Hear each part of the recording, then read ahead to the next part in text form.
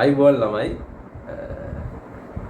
අපි වලට මතක ඇති මම ඊයේ වීඩියෝ එකක් කරා ගිනුම් කරන්නේ හැදින්වීම යටතේ මේ අපිට බලා ගන්න තිබ්බ කොටසක් දැන් අද අපේ කොටස වන්නේ ව්‍යාපාරික ගනුදෙනු කියන කොටසත් දැන් ඉස්සරහට ඔයාලට ගණන් හදන්න පුළුවන් ගිනුම් කරන යටතේ ඒ ගණන් හදන්න කලින් ඔයාලට අවශ්‍ය වෙන සුවිශේෂීම මාතෘකාවක් තමයි මේකත්.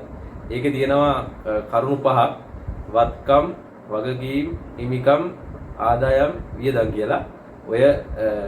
ඔය කරුණු පහ එක තමයි දැන් ඔයාලට ඊගාවට තියෙන ගිනුම් කරන සමීකරණ පාඩමේ හැම ගණන් හැදීම් සිදු වෙන්නේ. ඒ නිසා මේක තියරි කොටසක් වුණත් ටිකක් වැදගත් පාඩමක්. මේවා තියෙන සංරචක හැම අපි ඇතුලේ නිර්වචන කිරීම සහ පැහැදිලි කිරීම නිවැරදිව විමසා බලමු. මේක තමයි පාඩම. මුලින්ම ව්‍යාපාරික ගනුදෙනු. දැන් ඊයේ අපි කතා කරා ගිනුම් කරන්නේ හැඳින්වීම. ගිනුම් කරන්නේ කියලා කියන්නේ ඇත්තටම ව්‍යාපාරයට ඇල්මක් දක්වන පාර්ශවයට තොරතුරු ලබා දීමේ ක්‍රියාවලිය තමයි ගිනුම් කරන්නේ කියලා කියන්නේ. එතකොට ගිනුම් කරන්නේ කියන කොටස එක්ක ගත්තාට පස්සේ දැන් මම කිව්වනේ ඊයේ ගනුදෙනු කියලා කොටසක් ව්‍යාපාරයේ ඇතුලේ බිහි වෙනවා කියලා. එතකොට ව්‍යාපාරික ගනුදෙනු. ව්‍යාපාරික ගනුදෙනු කියලා කියන්නේ ව්‍යාපාරය හා අනෙකුත් ඕනෑම පාර්ශවයක් අතර සිදුවෙන සම්පත් හුවමාරුවක්. ඒ කියන්නේ දැන් මෙහෙම ගන්නකො. දැන් ඔයාලා බිස්නස් එකක් කරා යනවා. වාහන විකුණන ව්‍යාපාරයක් කරා යනවා. එතකොට ඒ ව්‍යාපාරයේ ගනුදෙනු ඔයාලට මේ විදිහට මට ගන්න පුළුවන්. අලුතෙන් කස්ටමර් කෙනෙක් අරන් ඇවිල්ලා වාහන 3ක් මිලදී ගන්නවා. අන්න ඒ වගේ. එතකොට ව්‍යාපාරයෙන් වාහන 3ක් මිලදී ගැනීම. හරිද? ඒතකොට ඒක ගනුදෙනුවක්. තව බලන්න වාහන විකුණන කම්පැනි එක අදාළ කියන්නේ මාසෙට අදාළ කුලිය ගෙවනවා. ඒ කියන්නේ ඒ ෂොප් එක කියන්නේ වාහන සේල් එක පවත්වාගෙන යන්නේ කුලී ගොඩ නැගිල්ලක ඒකට අවශ්‍ය කුලිය ගෙවනවා. එතකොට ඒකත් ගනුදෙනුවක්. හරිද? අන් ඒ වගේ විදුලි බිල ගෙවීම. ඒකත් ගනුදෙනුවක්. ආය දැන් මෙයාලා මේ බිස්නස් එකක් දැන් පොඩක් ගත්තොත් වාහන විකුණන මේ වෙළඳසැලක් කියලා ගත්තොත් ඇත්තටම ටිකක් ලොකු ව්‍යාපාරයක්නේ. ඒකට මේ මහජන බැංකුවෙන් රුපියල් මිලියන 10ක බැංකු ණයක් ලබා ගැනීම අන් ඒ වගේව තමයි ගනුදෙනු කියලා ගන්න වෙන්නේ. එතකොට ওই ගනුදෙනු යටතේ අපිට හඳුනා ගන්න තියෙනවා මම කලිනුත් කිව්වේ වත්කම්. මේක තමයි ඔයාලගේ ওই ගිනුම් කරන සමීකරණේ මූලික સિદ્ધාන්තය වෙන්නේ. හරිද? ඒ කියන්නේ මූලික સિદ્ધාන්ත ගණන් ගැටළු වලට යන්න කලින් වත්කම්, වගකීම්, හිමිකම්, ආදායම්, වියදම් ඔය සංරචක ගැන පැහැදිලි කිරීමක් කරගන්න වෙනවා. ඒක ඔයාලගේ ඔළුවේ තියෙන්න වෙනවා. ඒ ගණන් වලට ගියාට පස්සේ ගාන හදන්න කලින් අපි ගමු මුලින්ම වත්කම්. වත්කම් කියලා කිව්වට පස්සේ දැන් ඒක නිකන් ඔයාලා දැන් මේක දිහා පොඩ්ඩක් බලන් ඉන්න. ඊට අමතරව වත්කමක් කියලා කිව්වට පස්සේ මම උදාහරණයක් එක්ක කියන්නම්. ඕන් දැන් හිතන්න දැන් අර මම කිව්වේ දැන් වාහන සේල් එක. වාහන සේල් එකේ වත්කමක් තමයි අපි විකිණීමේ පරමාර්ථයෙන් ගෙනාපු වාහන. කාර් වේවා, බස් වේවා, වෑන් ඔය කැබ් ඕන එකක්. ඒතොර ව්‍යාපාරයේ වත්කම. හරිද? ඊට අමතරව ගන්න ඒ ව්‍යාපාරයේ පවත්වාගෙන යනවානේ කාර්යාලය. එතකොට කාර්යාලයේ තියෙන මේස, පුටු, එතකොට තව මොනවා හරි තියෙනවා නම් ඒකේ තව ගන්නකො මොනවා හරි. ඒ විදිහට මේ කාර්යාලයේ ප්‍රයෝජනට ගන්න ස්ථාවර වත්කම් ඒවා ඒත් වත්කම් තමයි. හරිද? ඊට අමතරව මුදල් ගත්තාම මුදලුත් වත්කමක්.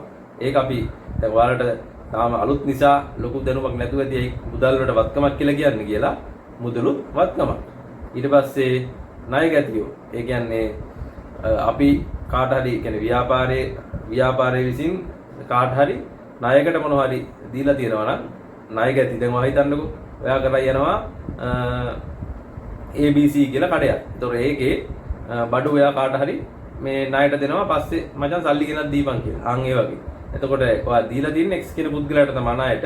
එතකොට එයා ව්‍යාපාරයේ ණය ගැතියේ. ආන් ඒ විදිහට. එතකොට ඒවත් වත්කම් විදිහට තමයි ගන්න. ඊට පස්සේ ගමු වගකීම්. ව්‍යාපාරයේ වගකීම් තියෙන්න පුළුවන්. මං ඉස්සෙල්ලා කිව්ව කාර් සේල් එකෙම ගන්නකො.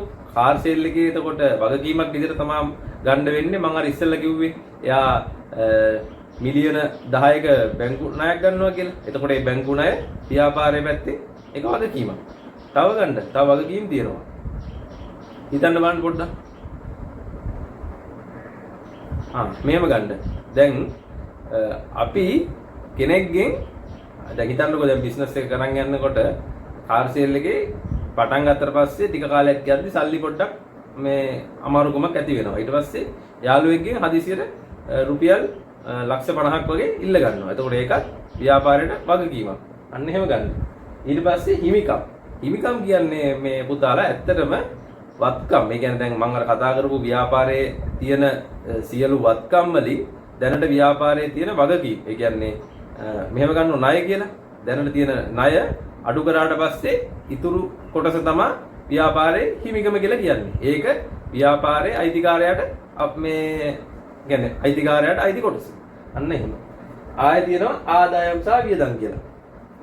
ආදායම් කියලා කියන්නේ ඇත්තටම ව්‍යාපාරයේ මෙදින් හිමිකම වැඩි වීමට හේතු වන මෙහෙයුම් කටයුතු වලින් වන ඉපැයීම. ඒ කියන්නේ මෙහෙම හිතන්නකො දැන් වාහන සේල් එකෙන් ගත්තොත් එහෙම අපි වාහනයක් විකුණලා අපිට එනවනේ ගාණක්. අපි වාහනයක් විකුණනවා කෝටි කමාරට. එතකොට ඒකේ කෝටි කමාර තමයි අපේ විකුණුම් ආදායම. හරිද? එතකොට ඒක ඉස්සරහට ලාභය ගණනය කරද්දී පොඩි ගැළපීමක් එක්ක තමයි යන්නේ. ඒකත් අපි ඉස්සරහට කතා කරමු. එතකොට විකුණුම් ආදායම කියන එක ව්‍යාපාරයේ ආදායමක් විදිහට තමයි ගන්නෙ. ඊට පස්සේ ගන්න වියදම්. වියදම් වලට උදාහරණයක් ගන්න පොඩි සරලයි මේක. වියදම් කියන එක ඇත්තට අමාරු නැහැ.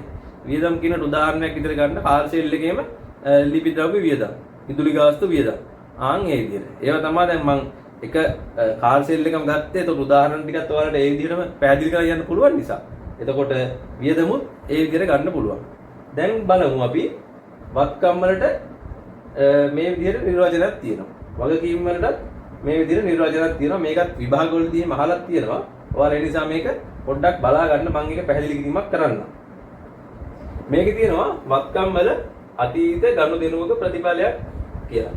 වත්කමක් ඇති වෙන්නේ යම් මේ අවස්ථාවට පෙර සිදුවිච්ච ගනුදෙනුවක ප්‍රතිඵලයක් විදිහට. දැන් මෙහෙම හිතන්නකෝ. අර කාර් සේල් එකේම ගොඩනැගිල්ලක් අලුතෙන් මිලදී ගන්නවා. ගොඩනැගිල්ල කියන්නේ කාර් සේල් එකට ඔෆිස් එකක් හරි මොන හරි වාහන පාක් කරන්න හරි මොකක් හරි අවශ්‍යතාවයක් වෙලා මේ යාළුවා එතකොට එතන ගොඩනැගිල්ලක් මිලදී ගන්නවා. එතකොට ඒක ඇති වෙලා තියෙන අතීත ගනුදෙනුවක ප්‍රතිඵලයක් විදියට නේද? එතකොට වත්කමක ලක්ෂණ විදිහට ගන්න පුළුවන් අනිවාර්යෙන් අතීත ගනුදෙනුවක ප්‍රතිඵලයක් විදිහට තමයි ඇති වෙන්නේ. ඊට පස්සේ තියෙනවා ව්‍යාපාරයට පාලනය කරන්නත් පුළුවන් මේක. වත්කමක් වුණාම අනිවාර්යෙන් ව්‍යාපාරයට පාලනය කරන්න පුළුවන්. ඒ කියන්නේ මේ වත්කම දැන් අපිට අවශ්‍ය නැහැ කියලා හිතන්නකෝ. දැන් කාර් සේල් එකේ බිස්නස් පොඩ්ඩක් අඩු වෙගෙන යනවා. එතකොට අපිට අවශ්‍ය වෙනවා ඊට එහා පැත්තේ තියෙන ඉඩමේ තියෙන මේ ගොඩනැගිල්ල විකුණන්න. එතකොට ව්‍යාපාරයට පාලනය කරන්න පුළුවන්. කිසි ප්‍රශ්නයක් නැහැ. අපිට මොකක් හරි සල්ලි හදිසියක් වගේ අවශ්‍යතාවයක් ඇති වුණ ගමන් ව්‍යාපාරයට පුළුවන් ඒක පාලනය කරන්න. ඒ කියන්නේ විකුණලා දාන්න. එහෙම. අනාගත ආර්ථික ප්‍රතිලාභත් ගලන් එනවා. දැන් මෙහෙම හිතන්නකෝ. කොහොමද අනාගතයේ ආර්ථික ප්‍රතිලාභ ගලන් එන්නේ? දැන් ඔයාලා බලන්න දැන් අපි දැන් මේ කාර් සේල් එකෙම ගත්තොත් එහෙම එයාලා වාහන හිතන්න වාහන 5ක් ඇනුම් කරනවා ජපානයේ.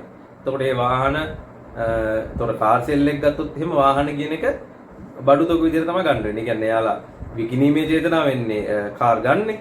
එතකොට ඒ ගත්ත කාර් නිසා මෙයාලට අනාගතයේදී ඒ කියන්නේ හිතන්න ඔය එක වාහනයක් වික්කට පස්සේ එයාලට හම්බ වෙනවනේ ආදායමක්. අන්න එක තමයි මේ කියන්නේ අනාගත ආර්ථික ප්‍රතිලාභ ගලා එනවා. එතකොට වත්කමක් නිසා අනිවාර්යෙන් ඉස්සරහදී අනාගත ආර්ථික ප්‍රතිලාභ ගලාගෙන එනවා. ඊට පස්සේ වගකීමක තියෙනවා ඒ විදිහට කොටස් තුනක්. අතීත ගනුදෙනුවක ප්‍රතිඵලයක් වෙනවා වගකීමක්, සම්පත් පිටතට ගලා යනවා. ඒ වගේම වර්තමානයේ බැඳීමක්ද තියෙනවා. අපි ඒක පොඩ්ඩක් මේ විදිහට ලියාගෙන යමු. අතීත ගනුදෙනුවක ප්‍රතිඵලයක් වීම. ඒ කියන්නේ මම කිව්වේ දැන් කාර් සේල් එක ගත්ත කියලා බැංක් ලෝන් එකක්. එතකොට මේ බැංක් ලෝන් එක අතීත ගනුදෙනුවක ප්‍රතිඵලයක් විදිහට නලන් තියෙන්නේ. ඒ කියන්නේ ඒ බැංක් ලෝන් එක ගන්න කලින් බලන්නකො දැන් ගිහිල්ලා නිකන් ලෝන් දෙන්නේ නැහැ නේද? බැංකු උනත් කිසිම ආයතනයක් එහෙම නිකන් ලෝන් දෙන්නේ නැහැ නේ. ඒතකොට මෙයාගේ බිස්නස් එක ඉස්සරහට කරලා යන්න පුළුවන්ද කියලා බලන්න ඇති. මෙයාට මෙච්චර ලෝන් එකක් ගත්තට පස්සේ ගෙවාගෙන යන්න පුළුවන්ද කියලා බලන්න ඇති. ආන් ඒ වගේ මොකක් හරි යම් කිසි නිශ්චිත ක්‍රියාවලියක් සිදු වෙලා අතීතයේ මොකක් හරි ගනුදෙනුවක් වෙනවනේ. ඒ කියන්නේ යා ඊට පස්සේ තීරණය කරාට පස්සේ ඒ සල්ලි ටික ව්‍යාපාරයට දෙන්න බැංකුව පොරොන්දු වෙනවා. පොරොන්දු වුණාට පස්සේ ඒ සල්ලි ටික හම්බ වෙනවා. එතකොට ඒක ඇවිල්ලා තියෙන අතීත ගනුදෙනුවක ප්‍රතිඵලයක් විදිහට. අනිවාර්යෙන් බලා ගන්න ඕන තමයි මේ වත්කම් මගටීම් කියන මේ නිර්වචනය යටතේ මේ තියෙන මේ කරුණු විභාග වලට අහලා තියෙනවා. අනික ආය තව එකක් තියෙනවා වගකීමක බේරුම් කිරීමේදී. ඒ කියන්නේ දැන් හිතන්නකො බැංකු ණය බේරුම් කරනකොට වාරික වශයෙන් හරි මොකක් හරි ක්‍රමයකින් බේරුම් කරනවානේ. එතකොට සම්පත් පිටතට ගලාගෙන යනවා. ඒ කියන්නේ අපේ තියෙන ව්‍යාපාරයේ තියෙන මුදල් හරි යම් මොනවා හරි කියන්නේ ව්‍යාපාරයේ තියෙන වත්කම එළියට ගලන් යාමක් වෙනවා. ඒ කියන්නේ හිතන්නකො වාරිකයක් ගෙවනවා කියලා රුපියල් 75000ක. එතකොට රුපියල් 75000 ව්‍යාපාරයේ එළියට යනවා. ආන් ඒ විදිහට. ආයෙ තියෙනවා වර්තමාන බැඳීමක් තියෙනවා කියලා. පැහැදිලි ළමයි. වර්තමානයේ මොකක්ද තියෙන බැඳීම? ඒ බැංකු ණය අපි අනිවාර්යෙන් යම් කාලයක් ඇතුළත ගෙවාගෙන ඉවර කරන්න ඕන. ඒක තමයි තියෙන බැඳීම. ඊට පස්සේ තියෙනවා හිමිකම් කියලා. හිමිකම් වලට ගන්න වෙන්නේ මම කලිනුත් කිව්වේ ව්‍යාපාරයේ තියෙන සියලුම වත්කම් වලින් දැනට තියෙන වගකීම්. ඒ කියන්නේ දැනට තියෙන ණය කොටසක් හෝ වේවා, ණය හිමියෝ හෝ වේවා, ඒවා මොනවා හරි අයින් කරලා පෙන්නන කොටස තමයි හිමිකම් කියලා කියන්නේ. හරිද? දැන් ගිණුම් කරන සමීකරණෙත් අපි ඉස්සරහට ඕක ඉගෙන ගන්නවා. දැනට නොතේරුම් කොටසක් තිබුණොත් ඒක ඉස්සරහදී කතා බහ කරගන්න පුළුවන්. ඔය ටික තමයි දැන් වත්කම් වගකීම් හිමිකම් යන සංරචක තුන යටතේ පැහැදිලි කිරීමක් කරේ. ඊගාවට තියෙනවා ආදායම් සහ වියදම්. දැන් වගකීමත් උදාහරණ වල දන්නවනේ. වත්කම් වලත් උදාහරණ දන්නවා. හිමිකම් වලට හිමිකම් වල උදාහරණයක් කියන්නේ ඉතින් අපිට මෙහෙම ගන්න පුළුවන්. ගනුදෙනුවක් විදිහට ගත්තොත් රුපියල් ලක්ෂ 10ක් අමතර ප්‍රාග්ධනයක් එදීම කියලා. ඒක දැනට වලට තේරෙන්නේ නැති වෙයි ඉස්සරහ පාඩම් කරනකොට මේ ගිණුම් කරන සමීකරණවලදී. එතකොට දිස්ස සටහන් න්‍යායට එහෙම ගියාට පස්සේ එතකොට ඒ ගණන් ටික වලට මේ ගානත් එක්කම යනකොට මේ ටික තේරෙයි. ඊට පස්සේ තියෙනවා ආදායම් වියදම්. මම කිව්වේ ඒක නම් ලොකු දෙයක් නෑ. දැන් ආදායම් කියන එක උදාහරණයක් මත තියාගත්තා නම් දැනට ඇති. වියදම් වලට දැනට උදාහරණයක් මත තියාගන්න මේ දුවේ නැතනේ පොඩ්ඩක් බලා ගන්න. හිමිකම් වැඩි වීමක් හේතුවෙන් මෙහෙයුම් කටයුතු වලින් වෙන ඉපැයීම. එහෙම දැනට මත තියාගන්නකො. වියදමත් හිමිකම් අඩු වීමට හේතුවක් වෙනවා. හරිද? හිමිකම කියන්නේ ව්‍යාපාරයේ අයිතිය පොඩ්ඩක් අඩු වෙනවා. වියදමක් වුණාට පස්සේ ආදායම් ඉපැයීමට දායක වූ වටිනාකම. ඒ කියන්නේ දැන් මොකක් හරි දැන් අපි මෙතන කාර් සෙල් එකම ගත්තට පස්සේ හිතන්නකෝ රුපියල් 50000ක විදුලි බිලක් ගෙවුවා කියලා. ඊට පස්සේ ඒක අනිවාර්යෙන් ආදායමෙන් වියදම අඩු කරාට පස්සේ ලාභයට බලපෑමක් වෙනවනේ. ඒ වියදම නිසා අංක තමයි ගන්න. ආදායම් විපැයීමට දායක වූ වටිනාකම. මේ ආදායම විපයන්න අපිට යොදා ගන්න පුළුවන් වෙච්ච මේ වටිනාකමක් තමයි. ඒක අර ලොකුවට නිර්වචන ගැන මේ සඳහන් කිරීමක් අවශ්‍ය වෙන්නේ නැහැ. ඔය ටික තමයි අපිට දැන් වත්කම් වගකීම් හිමිකම් ආදායම් වියදම් වන වගේ කරුණු පහ සැලකිල්ලට ගත්තට පස්සේ ඔයාලට තේරුම් ගන්න පුළුවන්. ආයෙ තියෙනවා ව්‍යාපාරයේ ලාභය කියලා. හරිද? ව්‍යාපාරයේ ලාභය කියලා කියන්නේ දැන් මුළු ආදායම. දැන් හිතන්නකෝ ව්‍යාපාරයේ මුළු විකුණුම් ආදායමෙන් අවශ්‍ය විකුණුම් පිළිවෙල අඩු කරනවා. ඊට පස්සේ ඒකට කියනවා දල ලාභය කියලා. ඉස්සරහා පාඩම් වල තියෙනවා ඒකත්. දල ලාභය. ඊට පස්සේ ඒකේ මෙහෙයුම් වියදම් අඩු කරාට පස්සේ තමයි සුද්ධ ලාභය එන්නේ. මම සරලව මේක දාගත්තා. ආදායම් වලින් වියදම් අඩු කරාට පස්සේ තමයි ව්‍යාපාරයේ ලාභය එන්නේ කියලා. ඒකත් අපි ඉස්සරහට දීර්ඝව කතා කරනකොට එතකොට ගිණුම් කරන සමීකරණයත් මම දැනට පොඩ්ඩක් මේක ලියාගෙන තියෙන්නේ වත්කම් සමානයි. වත්කම් කියන්නේ මුලින් කතා කරේ ජංගම. ඕක දැන් මම එකක් කියන්නම්. වත්කම් වල තියෙනවා ජංගම නොවන වත්කම්, ජංගම වත්කම් කියලා කොටස් දෙකක්. ඒක එච්චර මම මේක කරලා ගන්න දැන් පොඩ්ඩක් පොඩි වෙලාවක් අරගෙන වත්කම් සමානයි හිමිකම් ධන වගකීම්. වත්කම් සමාන වෙන්නේ ව්‍යාපාරයේ හිමිකම්. ඒ කියන්නේ අයිතිකාරයාගේ කොටසටයි ව්‍යාපාරයේ එළියෙන් අපි අරන් තියනවා ණයක් හරි.